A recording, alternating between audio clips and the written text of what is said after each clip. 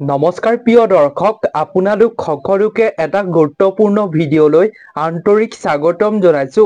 প্ৰিয় দৰ্শক, আজিৰ এই ভিডিঅ'টো থাম্বনেইল চাই আপুনি নিশ্চয় জানিব পাৰিলে আজিৰ এই ভিডিঅ'টো আমি কিহৰ ওপৰত প্ৰস্তুত কৰা হৈছে। প্ৰিয় দৰ্শক, আপোনাৰ ঘৰতো নিগনিয়ে বহুত আপোনাক অশান্তি কৰিছে নেকি? দোকান বা আপোনাৰ ঘৰত বহুত অশান্তি কৰিছে নেকি? আজিৰ ভিডিঅ'টো যদি আপুনি সম্পূৰ্ণকৈ চাই, তেতিয়া নিগনি আপোনাৰ ঘৰ বা দোকানৰ পৰা নিজে নিজে আঁতৰিবলৈ বাধ্য হ'ব। কোনো অপকাৰ নোহোৱাকৈ, নিগনি নমৰাকৈ নিগনি ঘৰৰ পৰা আপোনাৰ দূৰ হৈ পৰিব। কি উপায় কৰিব আপুনি, কেনেকৈ কৰিব, আজিৰ ভিডিঅ'টো আপুনি শেষলৈকে চাওক। আপুনি সুন্দৰভাৱে সকলোবিলাক জানি আপোনাৰ ঘৰত থকা নিগনিক আপুনি খেদিব পাৰিব, অৰ্থাৎ নিজে নিজে নাইকিয়া কৰিব পাৰিব। কেৱল আপুনি এই উপায়টো কৰক, আপোনাৰ ঘৰত কম দিনৰ ভিতৰতে নিগনি নাইকিয়া হৈ পৰিব। এটাও নিগনি ঘৰত দেখিবলৈ আপুনি নাপাব। গতিকে আপুনি ভিডিঅ'টো শেষলৈকে চাই থাকক। যদি আপুনি ভিডিঅ'টো চাই ভাল পায়, তেন্তে আপোনাৰ বন্ধুবৰ্গ, আত্মীয় স্বজনৰ লগতো শ্বেয়াৰ কৰিব।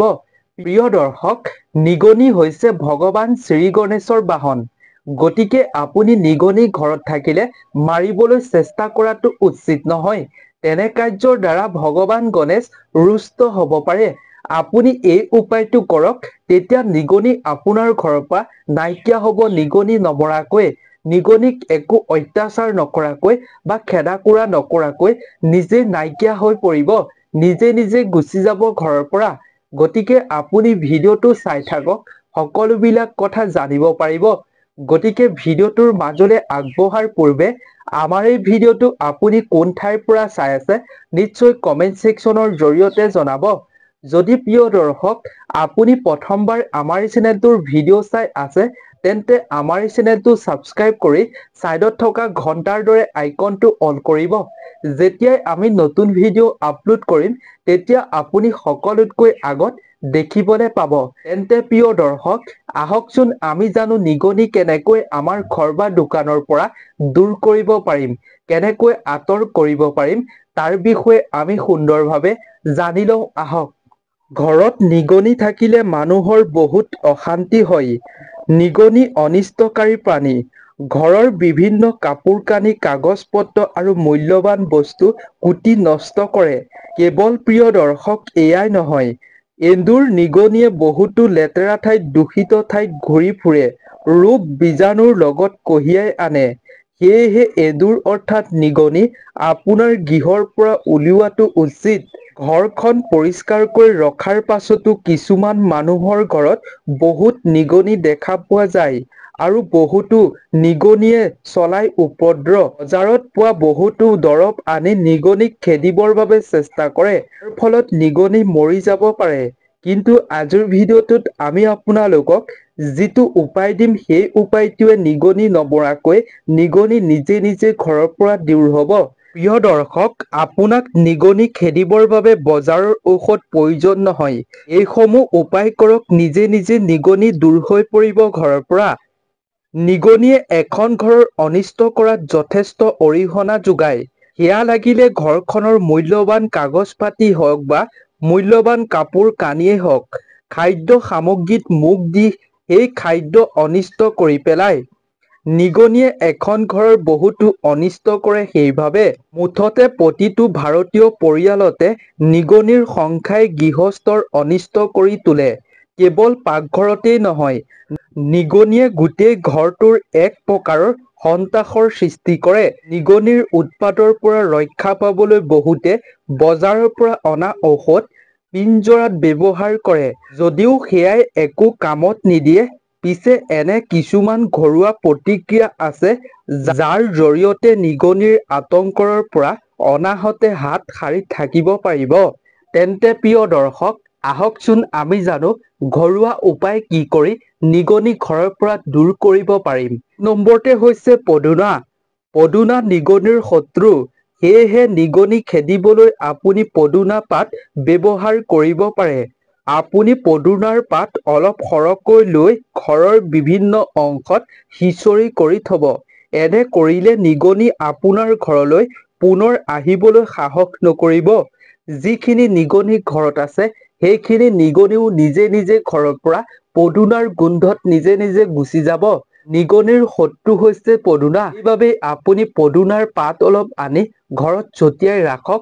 তাৰ ফলত নিগনি নিজে নিজে ঘৰৰ পৰা দূৰ হৈ পৰিব। ঘৰলৈ দ্বিতীয়বাৰ নিগনি আহিবলৈ কেতিয়াও সাহস নকৰিব। ২ নম্বৰতে হৈছে ফিটকিৰি।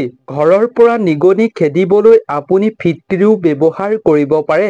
ফিটকিৰি পানীত আপুনি তিয়াই থৈ সেই পানী ঘৰত স্প্ৰে কৰি দিলে নিগনি পলাই পতং দিব। ঘৰলৈ নাহে আৰু নিগনি। সেইবাবে আপুনি ফিটকিৰি পানীত তিয়াই সেই পানীৰে ঘৰখন মুচক, স্প্ৰে মাৰি দিয়ক। তেতিয়া নিগনি যি আছে ঘৰত, দোকানত, সেই নিগনি দূৰ হৈ পৰিব নিজে নিজে। ৩ নম্বৰতে হৈছে তেজপাত। ঘৰৰ পৰা নিগনি আঁতৰ কৰাৰ এক কাৰ্যকাৰী উপায় হৈছে তেজপাত। তেজপাত প্ৰয়োগ কৰি আপুনি ঘৰত থকা, দোকানত থকা নিগনি দূৰ কৰিব পাৰিব। ঘৰৰ কোণবোৰত আপুনি তেজপাত ৰাখিলে নিগনিয়ে সেই গোন্ধ পাই আপোনাৰ ঘৰ ত্যাগ কৰি যাবলৈ বাধ্য হ'ব। সেইবাবে আপোনাৰ ঘৰত যদি অত্যাধিক নিগনি আছে, নিগনি আঁতৰ কৰিবলৈ চেষ্টা কৰি আছে, তেতিয়া আপুনি তেজপাত ৰাখক ঘৰত। তেজপাত আপুনি ছটিয়াই ৰাখক। তেনে কাৰ্যৰ দ্বাৰা নিগনি আপোনাৰ ঘৰৰ পৰা আঁতৰ হ'বলৈ বাধ্য হ'ব। প্ৰিয় দৰ্শক, এইবাৰ জানো আহক আমি ৪ নম্বৰটোৰ বিষয়ে। তাৰ আগতে যদি আপুনি ইমানলৈকে এই চেনেলটো ছাবস্ক্ৰাইব কৰা নাই, তেন্তে এই চেনেলটো ছাবস্ক্ৰাইব কৰি ৰাখিব। প্ৰতিদিনে এটা নজনা কথা এই চেনেলটোত আপুনি জানিবলৈ পাব। তেন্তে আহক আমি এইবাৰ জানো ৪ নম্বৰটোৰ বিষয়ে। ৪ নম্বৰতে হৈছে কফুৰ। নিগনিৰ সন্ত্ৰাসৰ পৰা হাত সাৰিবলৈ আপুনি কফুৰ ব্যৱহাৰ কৰিব পাৰে। কফুৰৰ গোন্ধত নিগনিৰ উশাহ-নিশাহ লোৱাত কঠিন কৰি তোলে, যাৰ ফলত নিগনিয়ে কফুৰৰ কাষ চাপিবলৈ ভয় কৰে আৰু সেই স্থান ত্যাগ কৰি গুচি যায়। কফুৰ ব্যৱহাৰ কৰক। যদি ঘৰত নিগনি অত্যাধিক আছে, তেতিয়া সেই গোন্ধ পাই নিগনি নিজে নিজে ঘৰৰ পৰা আপোনাৰ ঘৰ ত্যাগ কৰি যাবলৈ বাধ্য হ'ব। নিগনিৰ একো অপকাৰ নোহোৱাকৈ আপুনি এই উপায় কৰক। তেতিয়া ঘৰৰ পৰা নিজে নিজে নিগনি নাইকিয়া হৈ পৰিব। এইবাৰ জানো আহক আমি ৫ নম্বৰটোৰ বিষয়ে। ৫ নম্বৰতে হৈছে পিঁয়াজ। পিঁয়াজ কাটি ঘৰৰ চুক কোণত ৰাখিলেও আপুনি নিগনিৰ পৰা পৰিত্ৰাণ পাব পাৰিব। অৱশ্যে পিঁয়াজ অতি সোনকালে শুকাই যায়। সেয়েহে প্ৰতি ২-৩ দিনৰ পাছত আপুনি নতুন পিঁয়াজ ব্যৱহাৰ কৰিব পাৰে। আপুনি ২-৩ দিন এবাৰ কৰাৰ পাছত আকৌ আপুনি নতুন পিঁয়াজ আপুনি ব্যৱহাৰ কৰিব পাৰে। তেনে কাৰ্যৰ দ্বাৰা আপোনাৰ ঘৰত নিগনি কেতিয়াও নাথাকিব। এটাও নিগনি আপুনি দেখিবলৈ নাপাব। ৬ নম্বৰতে হৈছে ঘৰৰ পৰা এন্দুৰ অৰ্থাৎ নিগনি দূৰ কৰিবলৈ আপুনি ৰঙা জলকীয়াও ব্যৱহাৰ কৰিব পাৰে। এন্দুৰ, নিগনিয়ে উপদ্ৰৱ চলোৱা ঠাইখিনিত অলপ ৰঙা জলকীয়া কাটি আপুনি ছটিয়াই থৈ দিয়ক। ইয়াৰ ফলত এন্দুৰ, নিগনি পলাই পতং দিব।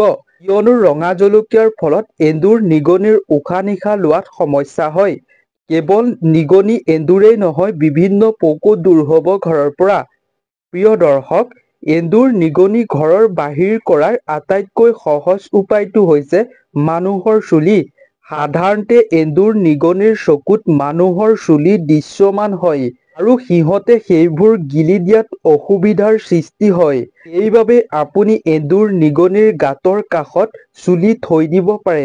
এনে সমস্যা পালে নিগনিয়ে আপোনাৰ ঘৰ এৰি গুচি যাবলৈ বাধ্য হ'ব। লগতে আপুনি তুলা বা কপাহৰ সৰু সৰু বল বনাই পদুনাৰ পাত ৰসত আপুনি ডুবুৱাই ঘৰৰ বিভিন্ন ঠাইত ৰাখিলে পদুনাৰ গোন্ধত নিগনি দূৰ হৈ পৰিব। আপোনাৰ ঘৰ এৰি নিগনি যাবলৈ বাধ্য হ'ব। আপোনাৰ ঘৰলৈ আহিবলৈ নিগনিয়ে সাহস নকৰিব আৰু লঙৰ গোন্ধৰ দ্বাৰাতো আপুনি নিগনিক খেদিব পাৰে। কেইটামান লং সৰু সৰু কাপোৰত মেৰিয়াই ঘৰৰ বিভিন্ন কোণত ৰাখিলে নিগনি পলাই পতং হ'ব। ঘৰলৈ নিগনি কেতিয়াও নাহিব। প্ৰিয় দৰ্শক, এইকেইটা উপায় কৰিলে আপোনাৰ ঘৰত যি নিগনি আছে সেই সকলোবিলাক দূৰ হৈ পৰিব, নিজে নিজে নাইকিয়া হৈ পৰিব। দোকান, ঘৰত থকা সকলো নিগনি নিজে নিজে দূৰ হৈ পৰিব। আজিৰ এই ভিডিঅ'টো ইমানেই আছিল যদি ভিডিঅ'টো চাই ভাল পালে তেন্তে আপোনাৰ আত্মীয় বন্ধুবৰ্গৰ লগতো যিমান পাৰে শ্বেয়াৰ কৰিব আজিৰ এই ভিডিঅ'টোৰ জৰিয়তেও তেওঁলোকেও এইখিনি কথা সুন্দৰভাৱে জানি ল'ব পাৰে গতিকে নতুন এটা ভিডিঅ'ৰ লগত আপোনালোক সকলোকে লগ পাম আপোনালোক সকলো ভালে থাকক সুস্থ থাকক তাৰেই কামনা কৰিলো আজিৰ ভিডিঅ'টোৰ পৰা বিদায় লৈছো ধন্যবাদ